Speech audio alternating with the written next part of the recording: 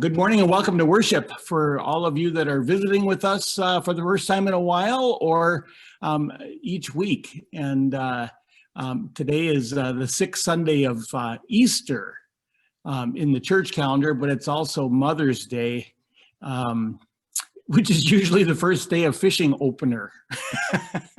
And I don't know how that works this year, but doesn't affect a lot of us here, but it's good to be with you. Somebody asked me to say that I'm Pastor Dave Greenland, so I'm going to say I'm Pastor Dave Greenland with Peace Lutheran in Lauderdale. I have sent out a worship bulletin to the emails that I have, and you can follow along in there and show you a few things. I'd like to start today with sharing my screen, and I'm going to do this here, and hopefully it will work. I'll keep a couple of you on the sidebar so you can give me a thumbs up if it's working or not. And then we'll get started with the first lesson in the Psalm, which I believe that the Preußes are going to read. So here we go with our sharing of the screen. Here we go. Can everybody see that? And everybody can hear. Okay, here we go. Okay, I'm gonna put you down here, and I'm gonna go right there. Oh, by the way, before I get started, I should say that the reason why I'm starting with this one is somebody sent this to me a couple weeks back, and I never did show it. There wasn't a time to show it, and I thought, well, if I can't show this on Mother's Day, I'm not going to get to it. And I thought with the 50th anniversary of women's ordination in the Lutheran Church, this year, we need to get this out there. But and then somebody sent this, and I thought it was very sweet. So for Mother's Day, we'll begin this way.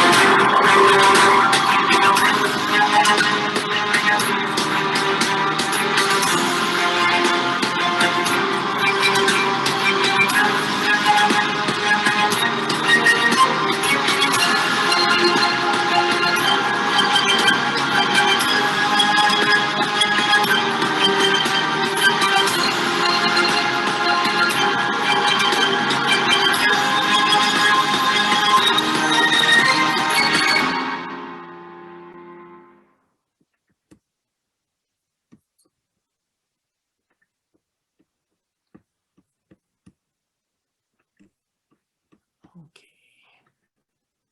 there we go. That worked pretty good. Wasn't that fabulous? Just fabulous. I just felt bad when I couldn't play that a few weeks back. And so that's how we begin worship. While we were worrying about many things, history was being made and continuing to move forward. The arc of history is an arc of justice. So thank you for having us begin that way. The one that sent it. So we're going to begin with our readings. We'll have Jonathan and Mary unmute themselves, and we'll have them read Acts 10 and Psalm 98 for us.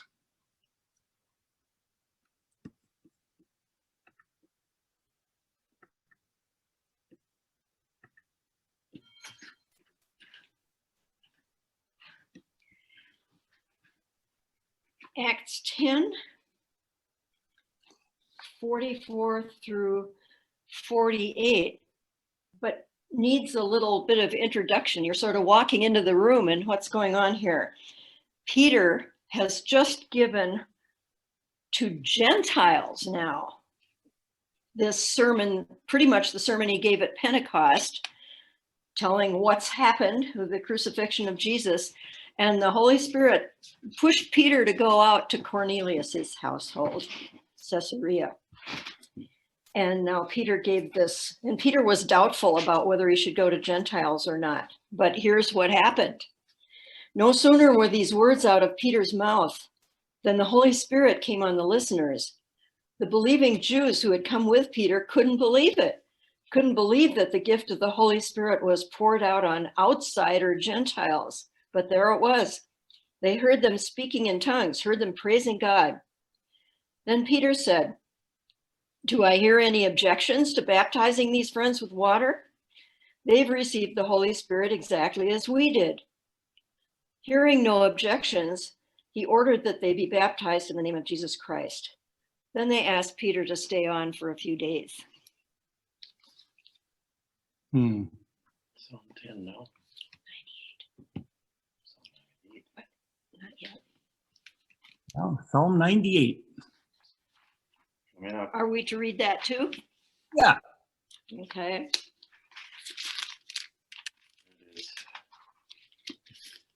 Okay, Jonathan will read that. Psalm 98. Sing to the Lord a new song, for he has done marvelous things. His right hand and his holy arm have worked salvation for him. The Lord has made his salvation known and revealed his righteousness to the nations. He has remembered his love and his faithfulness to the house of Israel. All the ends of the earth have seen the salvation of our God. Shout for joy to the Lord, all the earth. Burst into jubilant song with music. Make music to the Lord with the harp and the sound of singing, with trumpets and the blast of ram's horn. Shout for joy before the Lord, the King. Let the sea resound and everything in it, the world and all who live in it.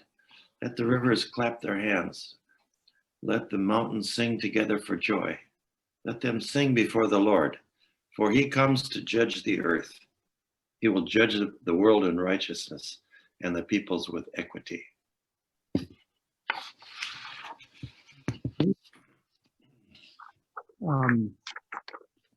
And so now we have the gospel, chapter 15, 9 through 17, which is a continuation of the one from last week, where I was a couple blocks from the vineyard. I am the vine, you are the branches. Stay close to the vine. If you don't produce fruit, you're going to get pruned. If you produce fruit, you're going to get pruned. Either way, we're going to try to keep you close to the vine, and we're going to keep you from wandering too far, and that will produce the fruit, which is faith and love. So here, John 15, 9 through 17.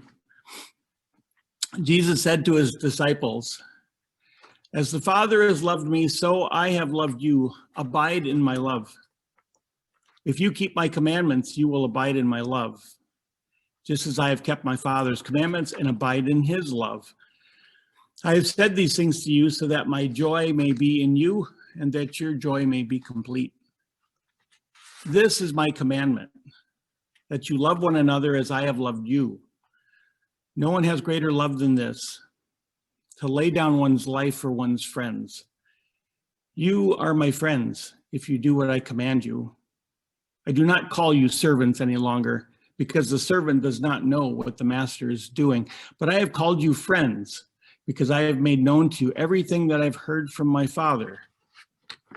You did not choose me, but I chose you. And I appointed you to go and bear fruit, fruit that will last, so that the Father will give you whatever you ask him in my name. I am giving you these commands so that you may love one another. The end of the reading. And so today I have a couple observations here as we move into the text, and as I think about Mother's Day. And when you think about mothering, I don't think that's gender specific. Although I started with all the women in the image. That is, it's glorious. But there's so many ways to be mothering and be mothered. So have a broader understanding of that, because we certainly can, as males, we can be mothering as well. And I think you all know what I'm talking about. So a new commandment, that you love each other as I have loved you. And so my question is always, well, how did Jesus love us? How can we look at that? And if we're supposed to do that, what is it? How did Jesus love us? And I begin with a game that we played the other night as a metaphor. We played the game Quirkle. Emily's in town. She came into town for a couple days, and she brought her girlfriend. And when I first said that to somebody in the neighborhood, they said, "Girlfriend? You mean, just a friend that's a girl?" And I said, well, I would have said that, a few months back in my life, but no, this is a girlfriend. This is a romantic interest. And yes, we were surprised, and going through all the stuff that you would go through when your world doesn't quite fit together anymore the way you thought it would. So she came with her girlfriend, and we were playing Quirkle. And I only bring that to you, number one, because she's very open with that, and she would be pleased that I could share that with you. So we were playing Quirkle. If you've ever played that, it's 6 colors. Little tiles, 6 colors and 6 shapes, and you can link them together either by shape or by color, right? And each player gets 7 pieces out of a bag that is a solid canvas bag, and you reach in and you get your 7 tiles and you set them up, and those are the pieces that you play with, kind of like cards, and you get what you get. And but every once in a while, the way we've played Quirkle is you go around the table and you say, who starts first is the one who can play the most pieces. And every once in a while, you just get a real crummy hand. I mean, you get a hand that's just like, they're all the same shape, or they're all the same color, but they're multiples. And it's just, so we have like Grace Quirkle, and we say, all right, if you want to, you can trade your pieces in, but you have to trade all of them in. You can't cherry pick. Trade them all in and pick again. And then you start. And what's really funny about this is after you play your first hand or two, you end up with pieces that you'd rather not have anyway. So it's just prolonging the inevitable. So when I think about how Jesus loved us, we're commanded to love each other as he's loved us. If I would have chosen those disciples, if I was Jesus, I would have stopped the game about a week in and said, you know, I want to put them back in the bag and I want to shake it up again. I want to start again because, boy, there are some, I know there's some ADHD going on here and there's no medication created yet. And I can't keep healing this one. And that one over there, you know, just, he thinks he knows everything. And the one over here can't stop asking questions. I'm not going to get anywhere with this group of people. So, God, can you just let me do a do-over? So my first observation is there's no do-overs. What is the song of the 60s and 70s? Love the ones you're with. I think that's really appropriate. You love the ones you're with. So love each other as I've loved you. You can think about it as being you're stuck with these folks, or you are blessed to be able to have the trials and tribulations that you have with these people. So when you look at your screens this morning, just look at your screens. You might have to go to the second screen. Look at all those people on the screen. You're stuck with us. You're totally stuck. Of course, we know that's really not true in the world we live in. You know, we can just shake the bag up and we can go someplace else and we can church shop. We can neighborhood shop. We can do all kinds of things. And that's often the case. But when it comes right down to it, I think this commandment is about no do-overs. You love the ones you're with and you see what they have to teach you. My second one is this. I got a birthday gift about 30 years ago to go hang gliding in Southern California. And it wasn't a birthday gift to ride on somebody's back. It was to go hang gliding and to really do it. But in order to get to the real deal, jumping off a mountain, you had to first jump off of a really big steep hill. And so I got there. You had 2 jumps with this ticket.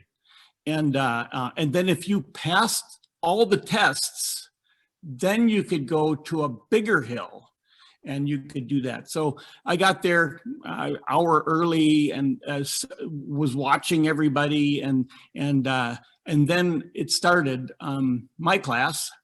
And it was almost a full hour of rules that you had to know about hang gliding. And I'm looking at this hill, which, I mean, it's a pretty nice hill, but when you look at a hang glider, the wingspan can be 15 feet or more.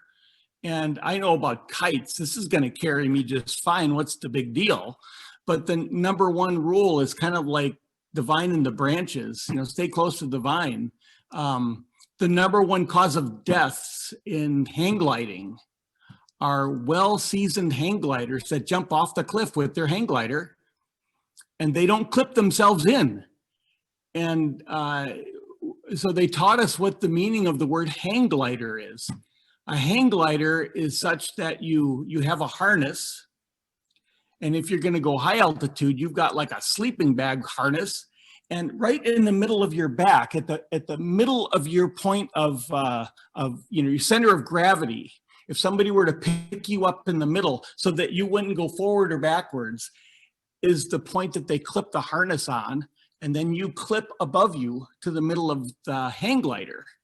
And what you do is you jump off. And then as soon as you jump off, they tell you to do this.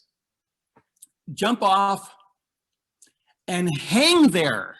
Just hang there. That's your only job, is to do nothing. Just, it's kind of like, just hang there limp. But I tell you what, even if it's a minor hill, has anybody hang glided before? Put your hand up. Well, all right. I tell you what, jumping off even a medium hill or a small hill with a hang glider, your first inclination is to grab that bar in front of you really tight, because you wanna grab onto something for stability, for something that's known. And what's known is my hands my hands are really, I trust these hands. If I'm falling off a building, I'm going to be grabbing at things with these hands. And so that magic bar is in front of you. You grab it and you hold it. And what you want to do when you're falling off of a building, trust me, is you want to grab whatever you've got and pull yourself close to it. And by doing that with a hang glider, you pull it towards yourself, which is a rule. One of the rules of hang gliding is if you pull that bar towards you, that will direct that kite downward, just downward.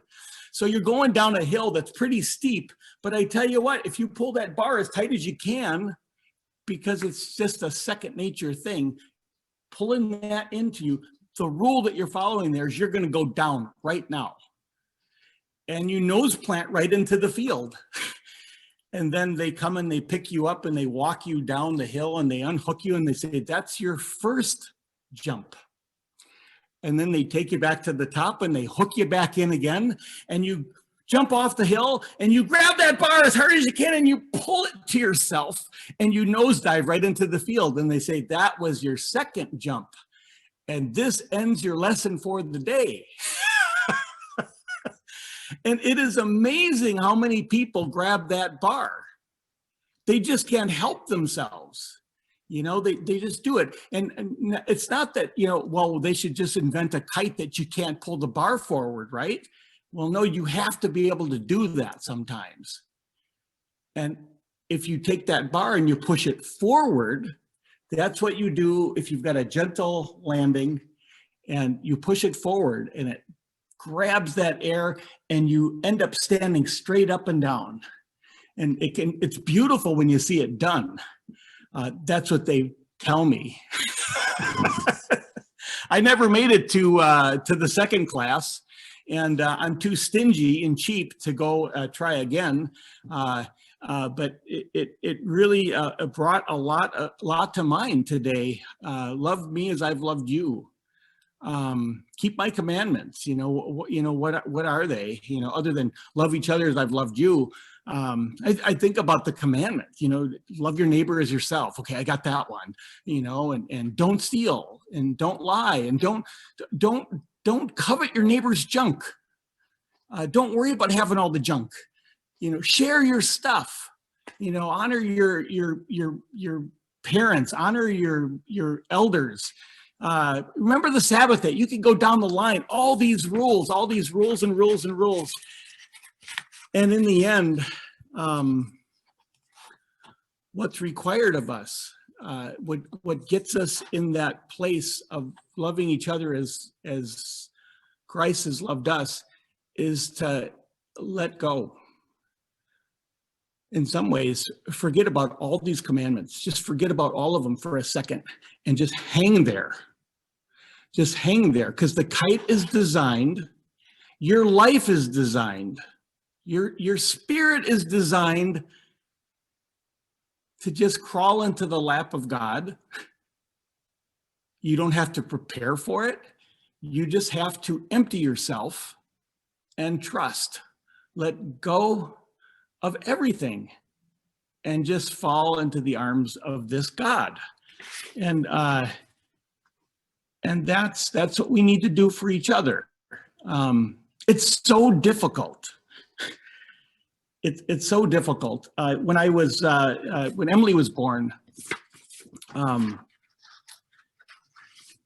wasn't ready to be a dad. I don't know if you can ever be ready to be a dad or a mom. Some people are more than others. Let me just change that. That's true.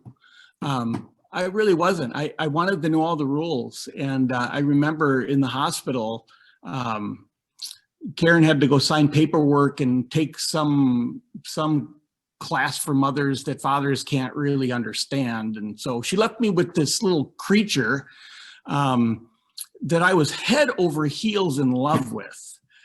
This little creature did not follow any rules. It certainly didn't know the commandments, and literally gave me nothing.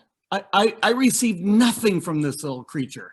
No thank you, no please, no can I carry your stuff, Dad, it's really nice that you and Mom created me. Thank you. None of that. it just looked up at me and filled her diaper. And I thought, well, I'm gonna show them. I know how to do this. And so I peeled off that clothing and I did my best and I cleaned up that diaper, put it all back together, and could not get her onesie back together. I couldn't figure it out. It's got 4 holes for arms and feet. And I finally wrestled her little fat legs into these holes and then her arms. And I went to put the buttons together and they were the same button, male and male together, male and male, female, female. And I thought, this is the stupidest outfit I ever saw. They've got the buttons in the wrong spot.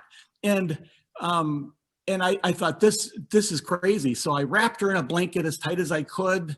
And Mom came back in and she was so proud of me. And when we got home, opened that up to change her diaper again, because she just kept filling these things. And she said, what is going on here? And I had put Emily back in the onesie 90 degrees off.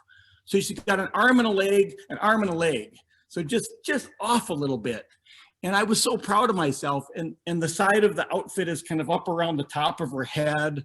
And I had no way to follow the rules. I thought I was supposed to get all the commandments down before I could love this one the way that I've been loved. But no matter what I did, giving her a bath, or certainly putting her in more clothes, or diaper rash, and how do you get her to stay quiet? What do you do when she cries? What do you do? All of these things, I didn't have the rules figured out, and I don't think I ever really did.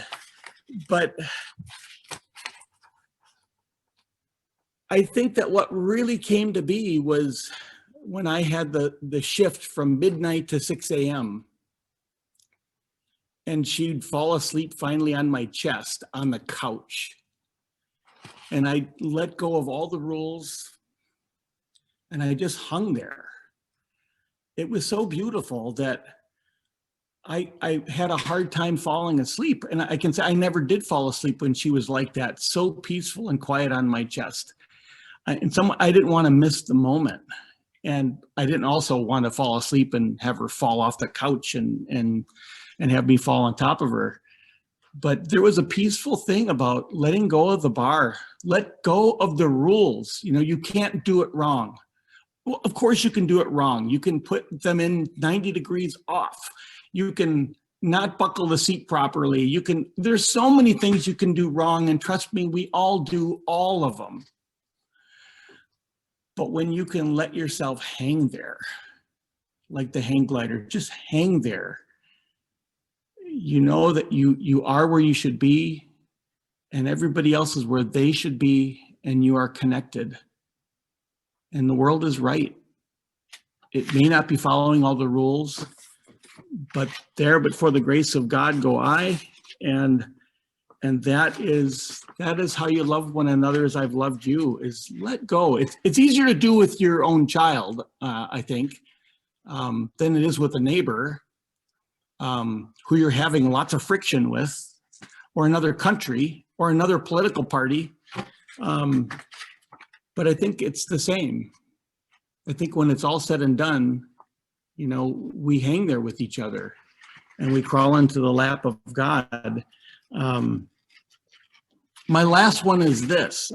My third one is, so you can't, no do-overs, number one. Number two, yeah, the rules are important. They're really important, but hang there. Number one, the number one rule, God is above all things and you are connected. Everybody is connected. Just hang there and recognize you're no better or worse than anybody else. Hang there and love each other that way when you can. Number three, here we go. Earl Peterson across the street. He had a stroke in February, and he's doing pretty good now. He's limping around. He's still numb on the right side of his face and down his neck and his right arm and stuff. So I saw him out riding his little motor scooter the other day, of course. So, I mean, there's a rule. If you've had a stroke and you can't feel the right side of your body, you should not be on a motorcycle. But those of you that know Earl, you don't dare say that. unless you really want to poke at him. And I love to poke at him because he pokes at me too. And we've got this wonderful thing. So I was on the driveway yesterday working on my nephew Hannes's vehicle that we got for him, putting some struts and shocks in, and up comes Earl up the driveway, limping all the way, and he gets up there and he said he's like the Grouch, Oscar the Grouch, but you can't help but love the guy, but you got to remember to hang there. You got to hang there with him. So he crawls up the driveway and he says, "Now what are you doing?" And so I'm putting some struts and shocks on for my nephew. And he says, "Well, what, you need some help?" And I said, "Yeah." I said, "Why don't you take this bolt out of this?" And he puddles with it for a little while. And he says, "I'm too tired to do that." He says, "You got a chair for me to sit in?" So I got him a chair and he's sitting there. And he was in rare form yesterday, really rare form. He insulted every single thing I did, everything. He says, "You're going to do it that way? That's the wrench you're going to use?" And I said, "Yes, it's the wrench I'm going to use." He said, "Haven't you fixed that motorcycle yet?" And I said, "No, I'm waiting for you. I'm not working on this stuff anymore." So we went back and forth, and it just continued on. And he says, "Wow," he says, "you got both struts in already." I said, "Yeah, those are the easy ones. The shocks are the hard ones." He says, "No, it's easier in the back than the." So we're fighting back and forth. I mean, anything I say, he says just the opposite. You know, "Boy, I can't believe you're so stupid. You should not be given any tools to work on anything. If I had a good body, I'd go down there and do it myself." "Wow, you got that shock went in just like that? Huh, you got lucky." You know, so he's just poking me every chance he gets. And then I get the last shock done. He's sitting there the whole time. The first time I ask him if he wants coffee, "I don't want any coffee. I don't need your coffee." And then after about 20 minutes, he says, "Boy, you got that coffee. I'd take some coffee. I got to have something, don't I? You don't even offer your guests something." And it just goes on and on and on. And by the way, my brother-in-law, Rolf, is standing there too with me. And he knows Earl a little bit. And at one point he says, "When are you going to kick this guy out of here?" And I said, "Oh no, this is the good part. He's in really, really a good mood." And and we go back, he has his coffee and he says, "You know, one thing that's never been true for me," Earl says this. And by the way, I'll give you an early hint here. It's a lie. It's a total lie, because he's playing with everybody. But it's Earl. And Earl says, "You know, all this work you've done for your nephew, Rolf, it's your son?" He says, "Yep." He says, "All this work you've done for Hannes." He says, "All the work I've done for people, I've never gotten a single thank you from anybody." And I said, "Well, with that kind of attitude, who would want to thank you?" "What do you mean attitude?" And this starts all over again. And he starts going on and on. And I said, "Earl, I want to tell you one thing." And he stops just briefly. And I say, "Earl, thank you for helping me." And he just starts launching in all over again. And Rolf says, "Hey, Earl, did you hear him say thank you?" He says, "No, I didn't hear anything he said." He says, "People just aren't thankful anymore." And I said, "You know, you're kind of right, Earl." So I'm getting to the third point here. It really is. I'm coming around to the third point. I said, "Earl, you're kind of right." I said, "But Hannes was one of the first nephews that we had, and when he was 5, Rolf here, his dad, let him climb a tree in the backyard." And Rolf's wondering, what in the world am I saying this for? And, he's 26 now, I think, and or 24. And he let him crawl up this tree when he was 5 years old, climb the tree like a monkey. And one day they heard him just hit the ground and splat. Compound fracture through the skin, all that stuff in his leg as a 5-year-old. And that takes quite a bit of a blow for a green bone. And so he was in the hospital with weights connected to pulleys, keeping his legs straight, and they had to cast him. And he was in a body cast for 4 months, I believe. And so he was always in this wheelchair, couldn't walk as a 5-year-old. And what I remember of Hannes, who we're working on this car, you know, without any please or thank you, you know, in mind even. Every time we walked in the door as aunts and uncles or anybody, Hannes would always say, "What did you bring me? What did you bring me?" Because people would bring him gifts. And it would get irritating after a while. And Earl says, "You know, I told you, see, they don't say thank you." And I said, "But Earl, you got to play the long game. You got to play the long game. You know, Hannes, I just pointed at a t-shirt of his that he bought in Alaska. I just pointed, I said, man, I love those t-shirts that come out." And he says, "Oh," he says, "you like the t-shirt?" I said, "I love these t-shirts." And he says, "What's your favorite one?" And I said, "The one with the salmon. There's a cycle of life for the salmon that go around in the circle. And it looks like the beginning of creation." He says, "Oh yeah, I don't know if I've ever seen that one." In the mail a week later comes this t-shirt from Alaska with no return address or from anybody saying who did it. It was Hannes sending his Uncle Dave a shirt. He's 24.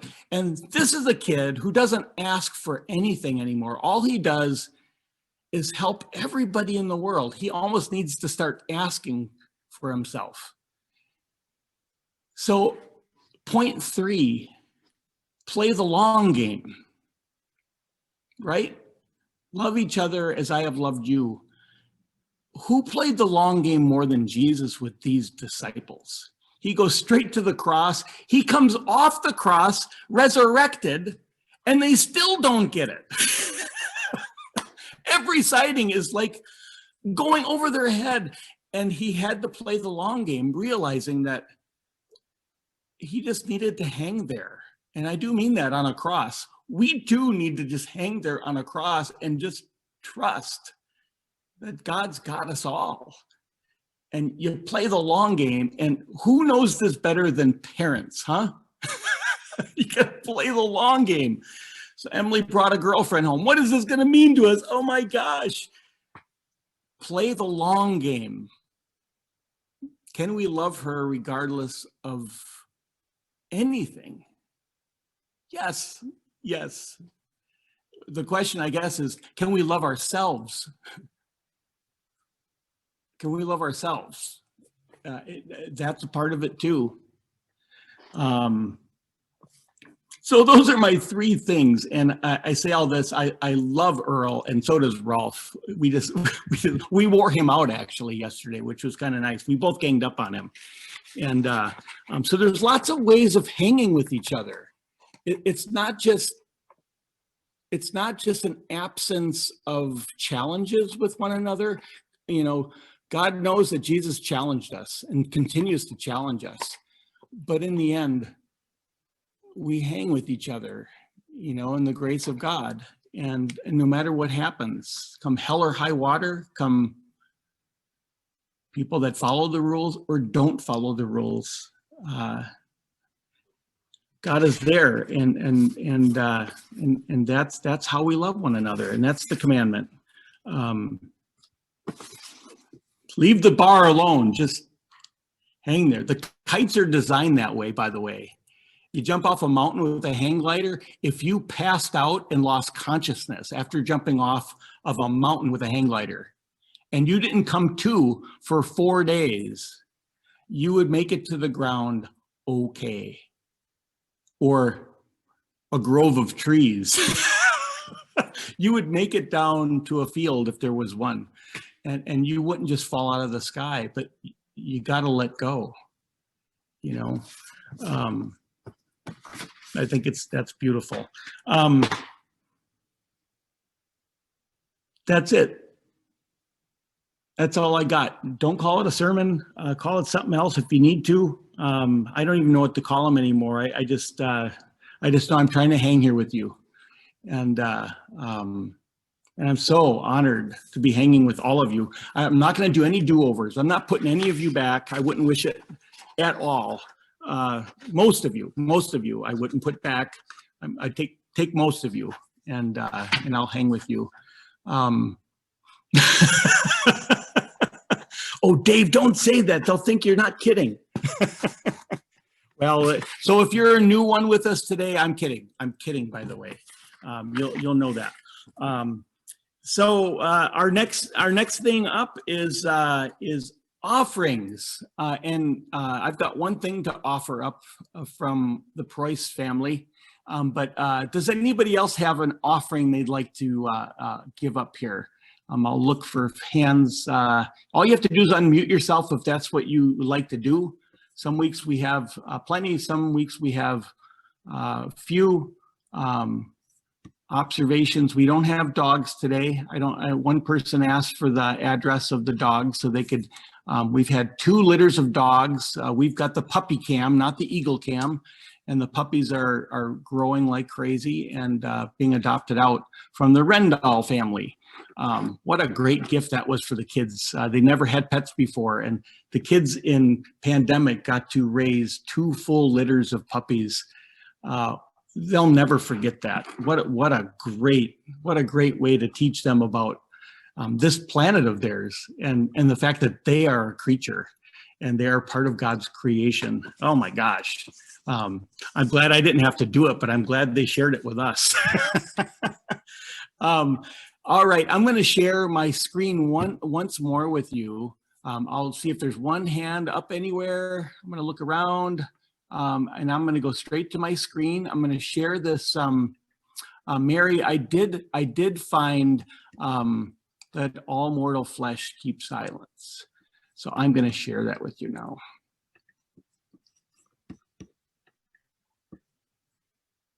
This is Jonathan and Mary and Catherine on piano behind them.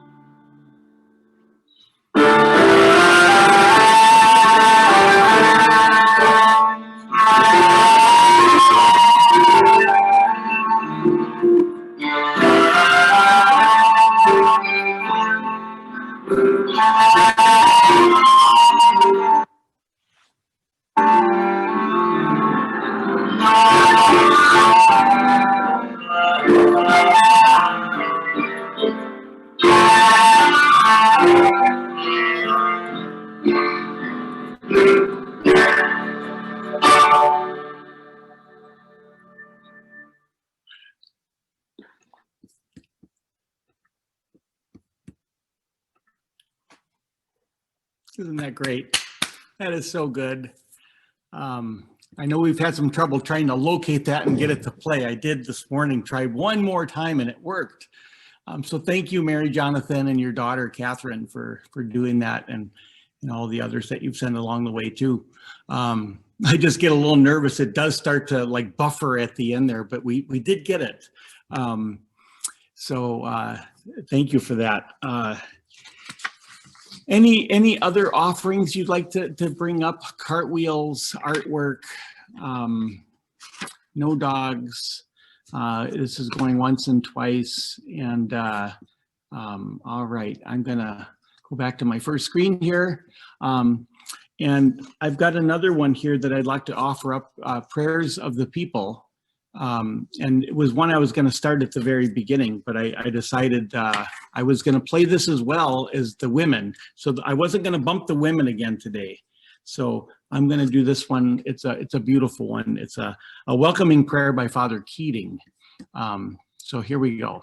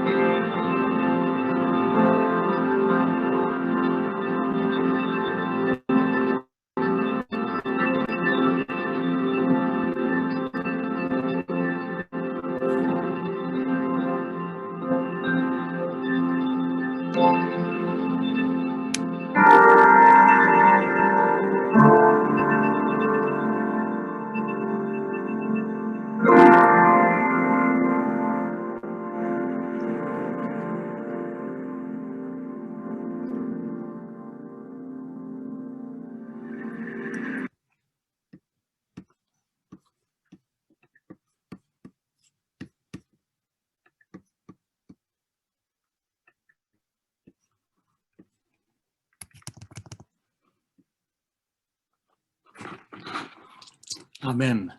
Did you all hear that pretty well? Good, good. Yeah, let go of all that. Just hang.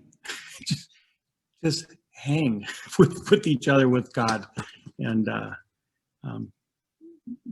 there'll be time for all the other rules and the challenges, and we're all just hanging together. That's what it is. Now let's do ascending, and then we'll do our breakout rooms, which is kind of the even the best for last, where we can hang with each other. It is time to go bravely into the world. May your hearts be open to deeper question. May God's questions challenge you and guide you and help you to find ultimate meaning and your true calling. May the Spirit of God be your companion as you walk gently upon the world. Go now in peace. Amen. Dave, can I make an announcement? Sure. I'll put in the chat. I just wanted to invite people to, I sent out information about StoryFest. Our StoryFest starts on Monday. It runs through Saturday. Monday through Thursday, or through Friday is just a few hours in the evening. And then Saturday is all day. It's a free virtual festival. We have showcases of different community groups that we're trying to link up with to get people whose stories have not been heard as much as other narratives. That includes like Green Card Voices. It includes the Black Storytellers Alliance. It includes Outspoken. So there's lots of different showcases. There's 10 different ones for different community groups.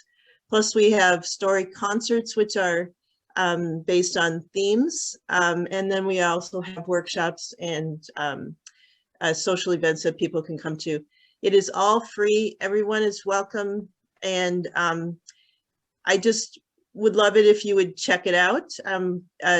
You have to sign up in order to get the links for the different Zoom things. And so I'll put in the chat just the link to Story Arts of Minnesota.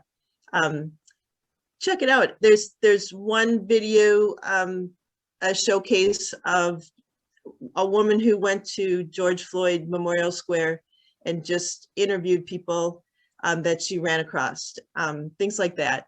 So there's something for everybody. There's also children's stories. So anyway, I will shut up and I will put that in the chat. So yeah, we'll get that out in the email. So be watching for your email. What a great thing. Thanks, Pam.